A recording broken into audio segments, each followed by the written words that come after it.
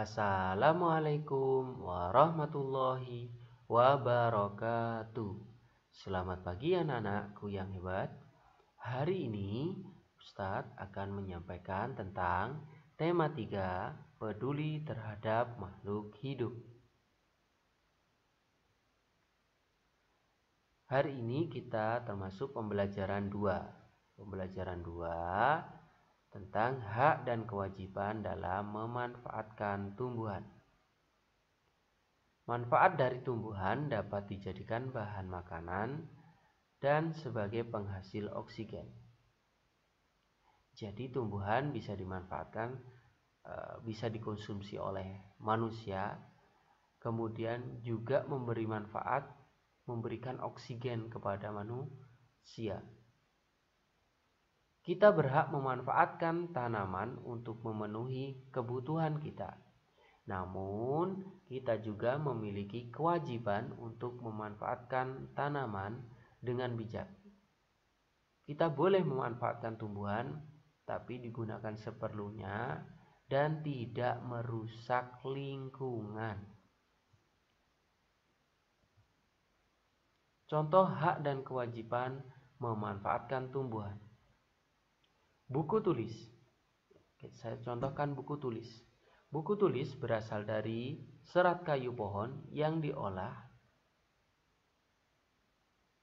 Kita mempunyai hak untuk menggunakan kertas untuk menulis.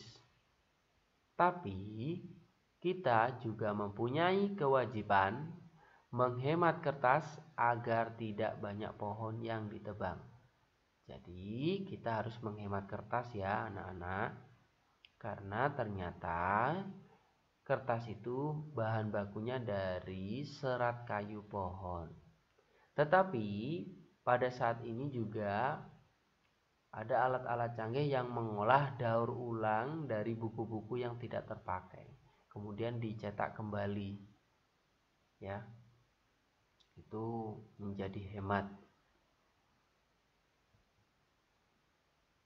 Nah, setelah kita tadi mempelajari tentang hak dan kewajiban, hari ini kita juga pembelajaran 3, mempelajari tentang bagian-bagian tumbuhan.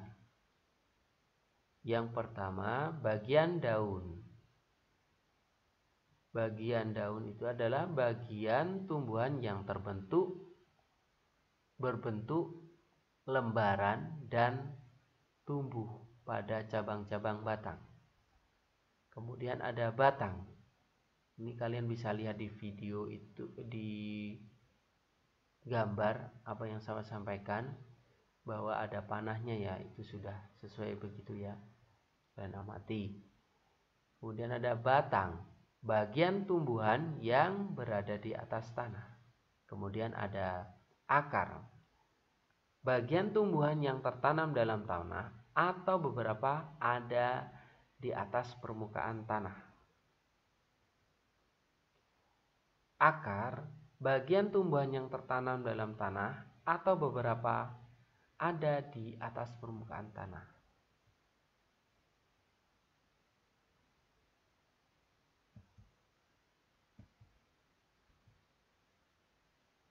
Kemudian ada jenis-jenis akar. Akar ada akar serabut.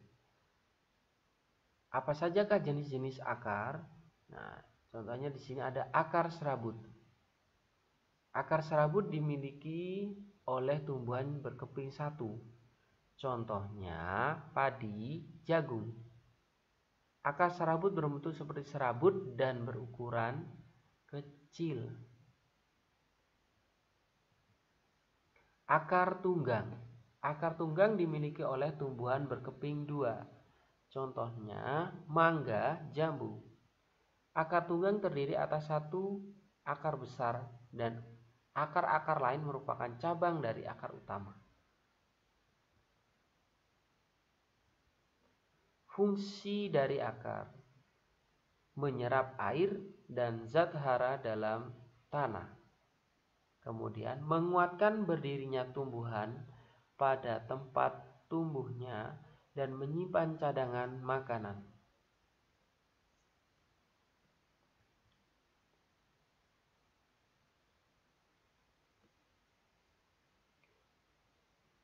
kita saksikan bentuk akar lain pada tumbuhan tertentu. Contoh akar gantung atau akar udara. Fungsinya apa?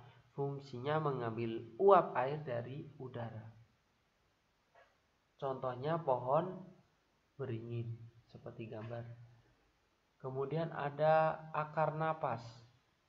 Fungsinya untuk bernafas dan mengeluarkan zat tertentu seperti garam. Contohnya apa? Pohon bakau jenis api-api.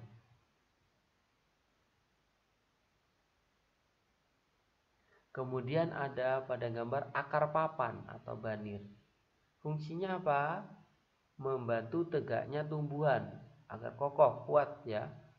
Kemudian contohnya akar pohon kenari dan pohon randu. Kemudian ada akar tunjang. Kalian lihat di situ ada panah ya, tanda panah. Fungsinya akar tunjang apa? Sebagai penahan tumbuhan agar tidak roboh. Contohnya apa? Pohon bakau dan pandan.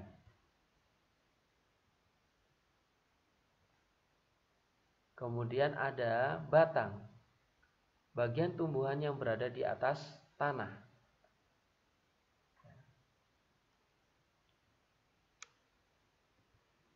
Fungsi dari batang adalah menyalurkan air, zat hara, dan zat makanan ke seluruh bagian tumbuhan. Tempat tumbuhnya daun, bunga, dan buah. Berikutnya, tempat menyimpan cadangan makanan pada beberapa jenis tanaman tertentu. Misalnya tanaman tebu. Jenis-jenis batang. Ada batang berkayu. Memiliki zat kayu dan kandungan air yang lebih sedikit.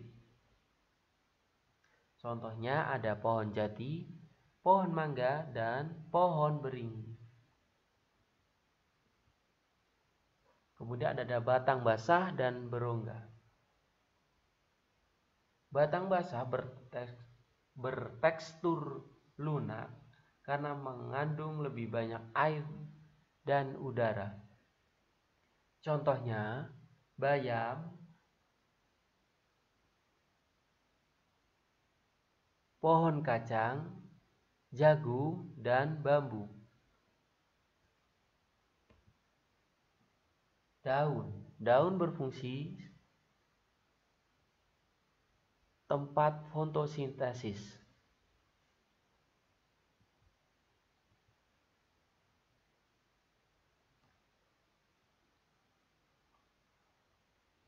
Fungsi dari daun sebagai tempat fotosintesis. Apa itu fotosintesis? Adalah proses pembentukan makanan pada tumbuhan dengan bantuan energi cahaya matahari. 3. Sebagai tempat penguapan air.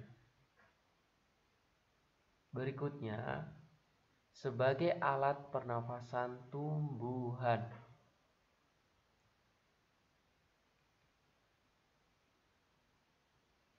Daun dibedakan berdasarkan tulang daun. Yang pertama ada tulang daun menyirip. Contohnya apa? Jambu. Kemudian tulang daun menjari. Ya. Contohnya apa? Daun pepaya. Kemudian ada tulang daun melengkung. Contohnya adalah daun suruh. Kemudian tulang daun sejajar. Ya. Contohnya apa? Padi. Kemudian kita berikutnya bagian-bagian dari bunga. Kalian bisa lihat dan menyaksikan. A. Tangkai bunga menahan bunga agar tidak mudah terbawa angin. Jadi fungsinya tangkai bunga adalah menahan bunga agar tidak mudah terbawa angin. Kemudian yang B, kelopak. Kelopak melindungi bunga sebelum mekar. Mahkota, menarik perhatian polinator. Benang sari adalah alat reproduksi jantan. Kemudian putik, alat reproduksi betina.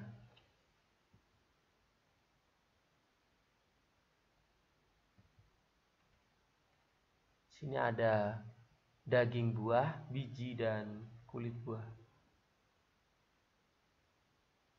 Buah dan biji. Buah merupakan bagian tumbuhan hasil dari perkembangan bunga. Putik yang telah diserbuki oleh serbuk sari akan berubah menjadi biji. Biji ini nantinya akan ditutupi oleh daging buah seperti pada gambar.